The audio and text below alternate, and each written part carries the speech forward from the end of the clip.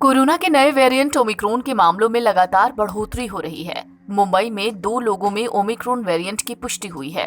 दोनों ही 25 नवंबर को दक्षिण अफ्रीका से लौटे थे और उनकी कोरोना रिपोर्ट पॉजिटिव आई थी। इसके बाद ओमिक्रॉन है या नहीं, इसकी जांच के लिए सैंपल को पुणे के NIV में जीनोम सीक्वेंसिंग के लिए भेजा गया। अब उनकी रिपोर्ट पॉजिटिव आई है। इसी के साथ महाराष्ट्र में ओमिक्रॉन से संक्रमितों की संख्या 10 हो गई है। देश भर में अब तक 23 लोगों में ओमिक्रॉन वेरिएंट की पुष्टि हुई है।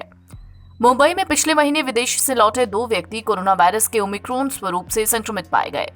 राज्य में अब इस स्वरूप से कुल मामले बढ़कर 10 हो गए हैं। बृहन मुंबई महानगर पालिका की ओर से जारी विज्ञप्ति में कहा गया कि दक्षिण अफ्रीका से लौटा एक व्यक्ति अमेरिका से लौटे एक अन्य व्यक्ति के संपर्क में था और दोनों की जांच में ओमिक्रॉन पाया गया।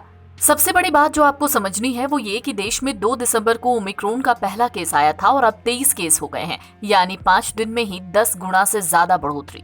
सिर्फ 5 दिन में ही 10 गुना से ज्यादा बढ़ोतरी हुई है और दक्षिण अफ्रीका से आए ओमिक्रॉन का हमला 5 राज्यों तक पहुंच चुका है।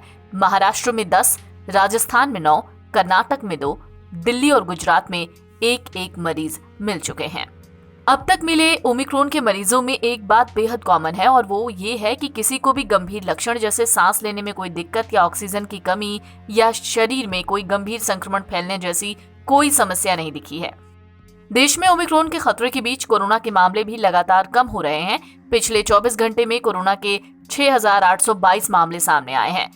कोरोना के दैनिक मामलों में 17.8% की जबरदस्त कमी देखने को मिली है। विज्ञप्ति में बताया गया कि ये दोनों व्यक्ति कोविड-19 रोधी टीके की दोनों खुराक ले चुके हैं।